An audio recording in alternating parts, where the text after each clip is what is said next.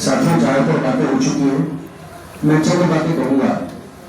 जो दलित वर्गों को, वंचित वर्गों को, आदिवासियों को हजारों साल तक पढ़ने से, संपत्ति से, ज्ञान से, व्यापार से वंचित रखा, जिनके आगे बढ़ने का रास्ता डॉक्टर बाबा साहब अम्बेडकर जी ने संविधान में आरक्षण के माध्यम से खोला, आज उसकी हालत देखिए कि पहले तो जब उनके पढ़ने का रास्ता खुला, उनको रिजर्वेशन मिला, तो उनको स्कॉलरशिप इतना मिल जाया करता था कि स्कॉलरशिप के पैसे से वे अपनी पूरी पढ़ाई का उनका खर्च हो जाया करता था। लेकिन आज इस एनडीए की सरकार ने स्कॉलरशिप को लगभग खत्म कर दिया। जो स्पेशल कंपोनेंट प्लान फंड और प्राइवेट सब प्लान फंड तो प्लान वैल्यूएबल की जनसंख्या के हिसाब से मिला करता था, उसको इस भारतीय जनता पार्टी के नेतृत्व वाली सरकार ने लगभग खत्म कर दिया। उसके खत्म करने से अब उनको स्कॉलरशिप नहीं मिलता। जो बच्चे प्रोफेशनल कोर्सेज में एडमिशन लेते हैं, मेडिकल में लेते हैं, इंजीनियरिंग में लेते हैं, लॉ में लेते हैं, तो अगर दूसरे प्रोफेशनल कोर्सेज में लेते हैं, आप देखेंगे कि ज्यादातर बच्चे एडमिशन के टाइम पर तो डाटा दिखाते हैं, लेकिन कितने बच्चे डिग्री कंप्लीट कर पाए, कितने बच्चे ड्रॉप आउट हो गए और कितने बच्चों ने सुसाइड किया। अगर आप उसका आंकड़ा देखोगे तो आपको पता चलेगा कि उसके सुसाइड के या उनकी क्वालिफिकेशन पूरी होने से पहले, डिग्री पूरी होने से पहले ड्रॉप आउट के कारण क्या है। तो उसके कारण पे हमने पूरा रिसर्च किया है और रिसर्च करके हमने पाया कि जो उनका एनआईसी का पोर्टल है जिसपे वो स्कॉलरशिप के लिए अप्लाई करते हैं, वो पोर्टल ज्यादातर उनका सर्वर डाउन रहता है, वो अप्लाई नहीं कर पाते और उसको रकम उनका इतना कम कर दिया, उसको इतना सीमा कम कर दिया कि उसमें वो बच्चे, उनका स्कॉलरशिप का पैसा आता नहीं है। एक साल वो जैसे तैसे कर्ज लेके अपनी फीस जमा कर पाते हैं और वो एक साल का सोचते हैं कि अगली स्कॉलरशिप आएगी तो पहली साल वाला हम कर चुकाएंगे, लेकिन स्कॉलरशिप आती नहीं है। कई साल, 3 साल नहीं आती। बिहार में तो यहाँ तक है कि बिहार में कई सालों से स्कॉलरशिप लगभग बंद है ही नहीं।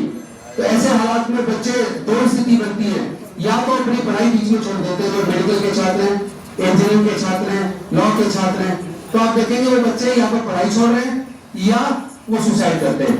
तो ये बहुत बड़ा कारण है उनकी पढ़ाई के छोड़ने का, सुसाइड करने का, कि सरकारों ने उनके आगे बढ़ने का जो रास्ता स्कॉलरशिप से बना था, उस स्कॉलरशिप को पूरी तरह डिस्टर्ब कर दिया। उसके पूरे स्पेशल कंपोनेंट काम, शेड्यूल कास्ट को पूरी तरह डाइवर्ट कर दिया जाता है। फ्लाईओवर बनाने में, पुल बनाने में, स्कूल बनाने में, अस्पताल बनाने, बिल्डिंग बनाने में उस पैसे को डाइवर्ट किया जाता है, ना कि उनको टाइम पे स्कॉलरशिप मिल जाए, उसके ऊपर कोई ध्यान नहीं है। दूसरी बात, जो सरकारी इंजीनियरिंग कॉलेज है, सरकारी लॉ कॉलेज है, आज आप उसकी फीस का चार्ट देखेंगे तो आपको पता लगेगा अनुसूचित जाति, जनजाति, पिछड़े वर्ग तो छोड़िए, जनरल कैटेगरी के बच्चे भी उस पढ़ाई का खर्चा नहीं उठा सकते। नेशनल लॉ यूनिवर्सिटी में 5 साल की लॉ की डिग्री अगर करने के लिए आपका बच्चा 2-3 लाख खर्च करके अगर एंट्रेंस एग्जाम क्वालिफाई करता है, तो उसके बाद उसकी फर्स्ट ईयर की फीस नेशनल लॉ यूनिवर्सिटी के अंदर 4.25 लाख है। उसमें हॉस्टल का खर्चा शामिल नहीं है, खाने का खर्चा शामिल नहीं है, किताबों का ट्रांसपोर्ट का खर्चा शामिल नहीं है। उस खर्चे को अगर शामिल कर लिया जाए तो 5 साल की एक लॉ की डिग्री करने के लिए सरकारी लॉ कॉलेज से एक बच्चे को कम से कम 25 लाख रुपया चाहिए, और अगर 3 लाख रुपए उसके एंट्रेंस एग्जाम की कोचिंग का लगा लिया जाए तो 28 लाख आपके पास होगा तो आपका बच्चा लॉ की डिग्री कर पाएगा, अन्यथा कोई बच्चा लॉ की डिग्री नहीं कर सकता। ये सरकारी लॉ कॉलेज की स्थिति है, चाहे वो नेशनल लॉ यूनिवर्सिटी दिल्ली की हो, चाहे नेशनल लॉ स्कूल बेंगलोर हो, चाहे नेशनल लॉ यूनिवर्सिटी पुणे हो या बॉम्बे हो, जोधपुर हो। आप अपने बिहार का भी चार्ट उठा के देखिए, सरकारी लॉ कॉलेज की ये फीस है।